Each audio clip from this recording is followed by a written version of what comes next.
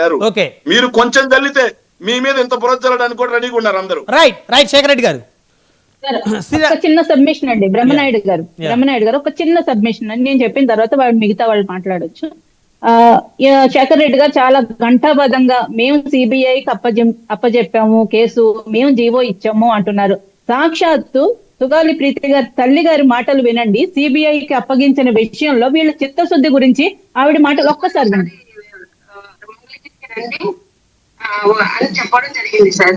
అప్పటి నుంచి ఇప్పటి వరకు కూడా మేము ఫోన్ చేస్తానే ఉన్నాం సార్, బట్ ఈజ్ నాట్ రెస్పాన్సింగ్. ఇప్పుడు కూడా కాల్ చేస్తాం సార్, ఆయన కట్ చేసేసారు.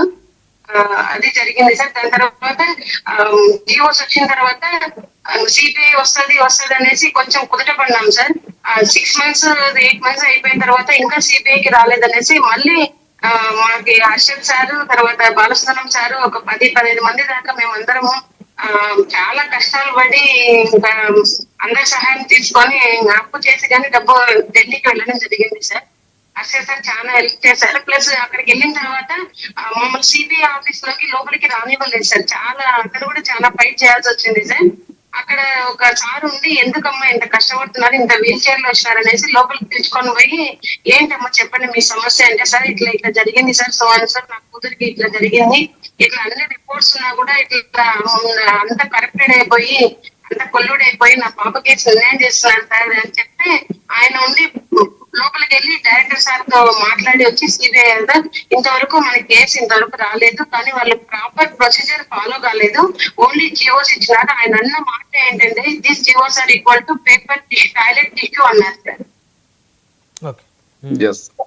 అదే సార్, వీళ్ళ చిత్తశుద్ధి ఎలా ఉంటుంది అంటే జీవోలు ఇచ్చేసామంటారు, బయటకు చూపిస్తారు అంతే. జీవోలు మనం వైసీపీ ప్రభుత్వంలో చూసాం, ఏవి కూడా వెబ్సైట్ లో పెట్టలేదు, ట్రాన్స్పరెన్సీ ఏది లేదు. మీకు సుగాలి ప్రీతి తల్లి గారికి ఏ విధంగా మోసం చేశారు, సాక్షాత్ ఆంధ్రప్రదేశ్ ప్రజలందరినీ మహిళలందరినీ మోసం చేశారు.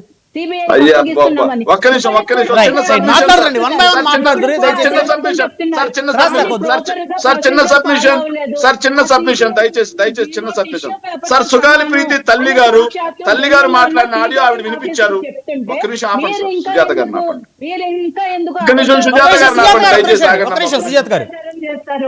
ఒక్క నిమిషం ఆగమ్మా, నీ సబ్మిషన్ అయిపోయింది కదా, ఒక్క నిమిషం. సార్ సుగాలి ప్రీతి గారి తల్లి పార్వతి గారు మాట్లాడిన మాట వినిపించారు, మా మీద ఆరోపణ చేశారని వినిపించారు. అదే సుగాలి ప్రీతి తల్లి గారు నిన్నగాక మొన్న ఒక వారం క్రితం నుంచి ప్రెస్ మీట్లు పెట్టి మాట్లాడుతున్నారు. పవన్ కళ్యాణ్ గేట్ దగ్గరికి పోతే 10ల సంఖ్యలో చూసినా నాకు ఇవ్వలేదు, పవన్ కళ్యాణ్ నాకు అన్యాయం చేశాడు, గత ప్రభుత్వమే నాకు న్యాయం చేసింది అని అదే సుగాలి ప్రీతి ఈ రోజు బయటకు వచ్చి మాట్లాడుతుంది. ఆ మాట తీసుకుందామా, ఈ మాట తీసుకుందామా, ఏది ప్రామాణికంగా తీసుకుందాం? ఓకే, మరి సుగాలి ప్రీతి అంశం మేము ఎక్కడ రాజకీయంగా వాడుకోవాలా? ఇప్పుడు అనలిస్టులు ఉన్నారు సార్, రాజకీయంగా వాడుకున్నా మీరు ఏం చేస్తున్నారు? పార్టీల పరంగా మీ ఇద్దరు పార్టీల పరంగా జనసేన వైసీపీ పార్టీల పరంగా మీరు చెప్పారు, విశ్లేషకులు ఉన్నారు, వారేం చెప్తారో వారితో మాట్లాడదాం. దయచేసి సహకరించాలి మేడం, దయచేసి ఆగండి. సుజాత గారు ప్లీజ్ ఆగండి మేడం.